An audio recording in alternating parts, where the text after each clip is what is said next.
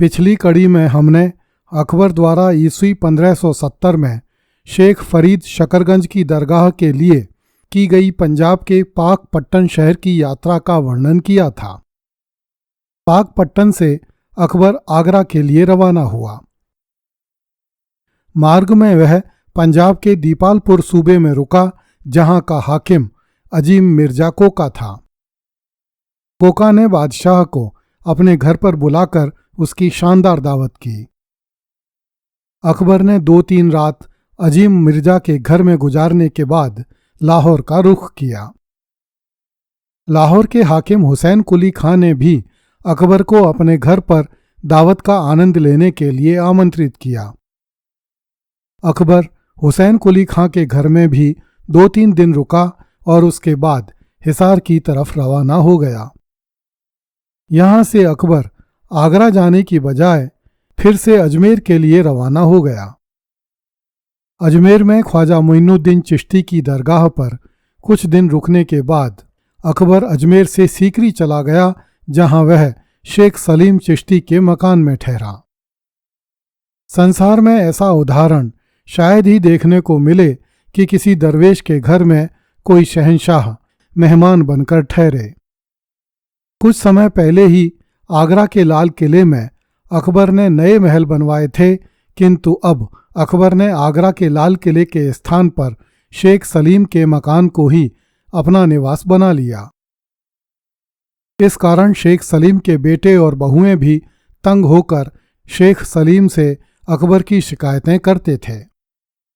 अकबर के दरबारी लेखक अबुल फजल ने लिखा है कि चूंकि शहंशाह के बेटों का जन्म सीकरी में हुआ था, इसलिए शहंशाह को सीकरी में रहना अधिक पसंद था। अबुल फजल लिखता है कि बादशाह की इच्छा हुई कि इस स्थान का वैभव बढ़ाया जाए, इसलिए उसने आदेश दिए कि सीकरी में शाही उपयोग के लिए भवनों का निर्माण होना चाहिए। छोटे और बड़े सरकारी अधिकारियों ने भी सीकरी में मकान बनवा लिए। सीकरी के वैभव को बढ़ता हुआ देखकर जनता ने भी सीकरी में अच्छे मकान बनवा लिए। अबुल फजल लिखता है कि इस शहर के चारों ओर पत्थर की 4 दीवारी खड़ी कर दी गई। थोड़े समय में एक बड़े नगर का निर्माण हो गया और उसमें सुंदर महल बन गए। खानकाह, स्कूल और स्नानागार जैसी लोकोपयोगी संस्थाओं का भी निर्माण हो गया। एक बड़ा बाजार बनाया गया, जिसके निकट बाग लगाए गए। अबुल फजल लिखता है कि यह नगर ऐसा बन गया कि संसार इससे ईर्ष्या करने लगा। बादशाह ने इसका नाम फतेहाबाद रखा था, किंतु लोगों में यह फतेहपुर के नाम से प्रसिद्ध हुआ। अकबर के मंत्री मुजफ्फर खां ने आगरा में अपने लिए एक सुंदर मकान बनवाया। उसकी इच्छा थी कि बादशाह स्वयं आकर उसके मकान को देखे, इसलिए मुजफ्फर खां की प्रार्थना पर बादशाह उसका मकान देखने आगरा गया। अकबर ने वैसे भी कुछ सालों से यह मुहिम चला रखी थी कि वह अपने मंत्रियों और सेनापतियों के घर जाकर दावत खाता था और 1-2 रात उसके घर में बिताता था। कई लोग अकबर के इस काम को शंका की दृष्टि से भी देखते थे। इस समय तक अकबर अपने अधिकांश शत्रुओं से निपट चुका था, इसलिए अपने समय का अधिकांश भाग शराब पीने, शिकार खेलने और सुंदर स्त्रियों के बीच बिताने लगा। अकबर के बागी मंत्रियों और सेनापतियों में से अधिकतर या तो ठिकाने लग चुके थे या सुधर कर अकबर की शरण में आ चुके थे। फिर भी कोई न कोई व्यक्ति उद्दंडता करके अकबर के आमोद प्रमोद में खलल डाल ही देता था।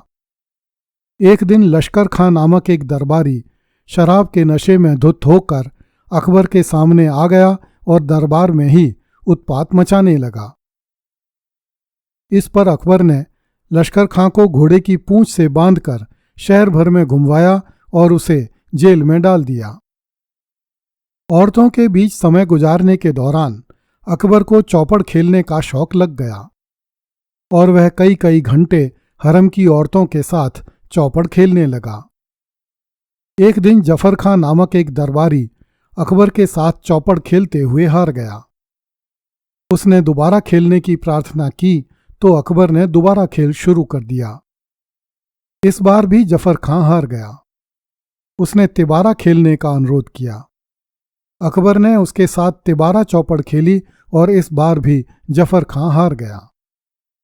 जब ऐसा कई बार हुआ तो जफर खां का मिजाज बिगड़ गया और वह भूल गया कि बादशाह के समक्ष जिद करना ठीक नहीं है और बेअदबी तो बिल्कुल भी नहीं। हार की खींच के कारण उसके मुंह से बादशाह की शान के खिलाफ कुछ शब्द निकल गए। बादशाह ने उसी समय खेल बंद कर दिया तथा उसे तुरंत एक सेना लेकर किसी लंबे अभियान पर रवाना कर दिया। इन्हीं दिनों अकबर को समाचार मिले कि गुजरात में मिर्जा लोग भयानक उत्पात कर रहे हैं। इस पर अकबर ने गुजरात जाने का निश्चय किया।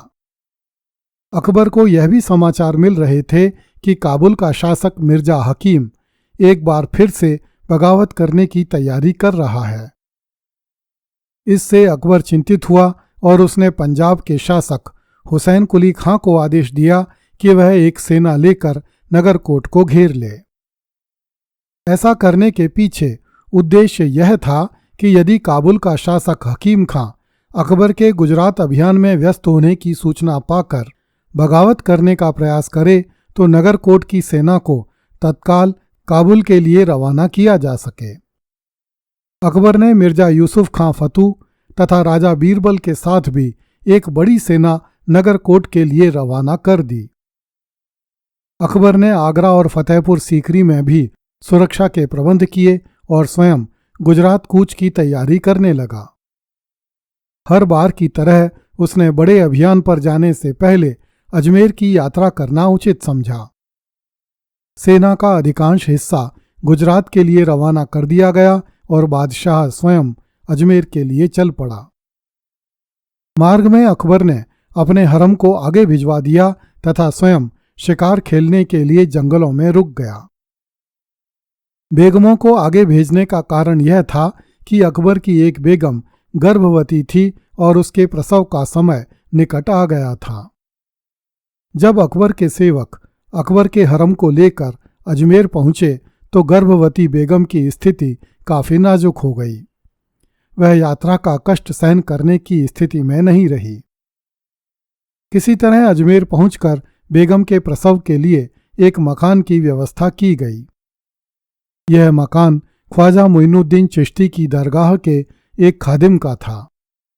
उस मकान को खाली करवाकर बेगम को वहां रखा गया और उसका प्रसव कराया गया। 9 सितंबर 1572 को बेगम ने एक लड़के को जन्म दिया। तत्काल ऊंट सवारों को यह सूचना देकर बादशाह के शिविर की तरफ दौड़ाया गया। उस समय बादशाह का शिविर नागौर सरकार के फलौदी परगने में था। बादशाह ने अपने तीसरे पुत्र का नाम दानियाल रखा और आदेश दिया कि जब यह लड़का 1 महीने का हो जाए तो उसे पालने के लिए आमेर के राजा भारमल के पास भेज दिया जाए। अगली कड़ी में देखिए, सिरोही के माचातोड़ सैनिकों ने अकबर के सैनिकों के सिर काट डाले। कृपया इस चैनल को लाइक, सब्सक्राइब एवं शेयर करें। धन्यवाद।